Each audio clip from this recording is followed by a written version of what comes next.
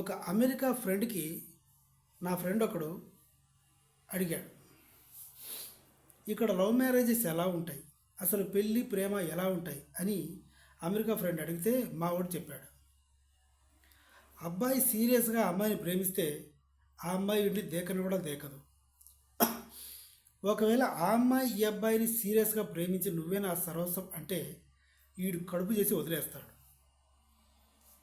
అలా కాకుండా వీళ్ళిద్దరూ మనస్ఫూర్తిగా ఇష్టపడితే వీళ్ళ క్యాస్ట్లు వేరే ఉన్నాయని పెద్దలు ఒప్పుకోరు.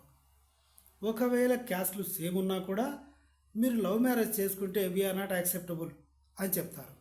ఒకవేళ అమ్మాయి తల్లిదండ్రులు ఒప్పుకున్నా అబ్బాయి తల్లిదండ్రులు కండిషన్స్ పెడతారు.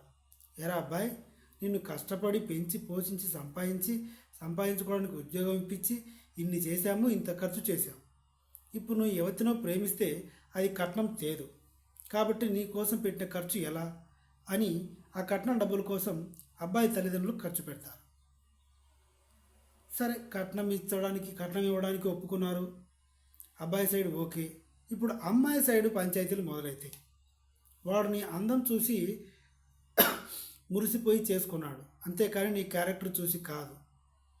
మన దగ్గర డబ్బు ఉంది కాబట్టి ఆ అబ్బాయి నువ్వు లైన్లో పెట్టాడేమో అంటూ ఇలా చేస్తారు అమ్మాయి తల్లిదండ్రులు. కాబట్టి ఇండియాలో ప్రేమలు ఇలా ఉంటాయి. కట్ చేస్తే పెళ్ళి.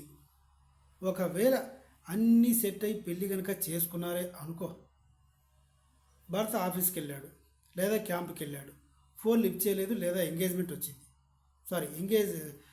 వచ్చింది ఫోన్, ఎవరితోనో కాల్ వెయిటింగ్ వచ్చింది.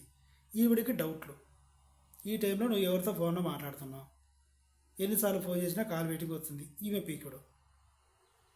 లేదనుకో, ఈ అమ్మాయి వేరే చోట జాబ్ చేస్తుంటే సేమ్ అంతే ఆపోజిట్లో నువ్వు ఎవరితో మాట్లాడుతున్నావు, నేను క్యాంప్కి వెళ్ళాను కాబట్టి నువ్వు క్యాంప్కి వెళ్ళావు కాబట్టి నువ్వు ఎవరితోనో మాట్లాడుతున్నావా, ఎవరితోనో నవ్వుతూ మాట్లాడితే అనుమానాలు.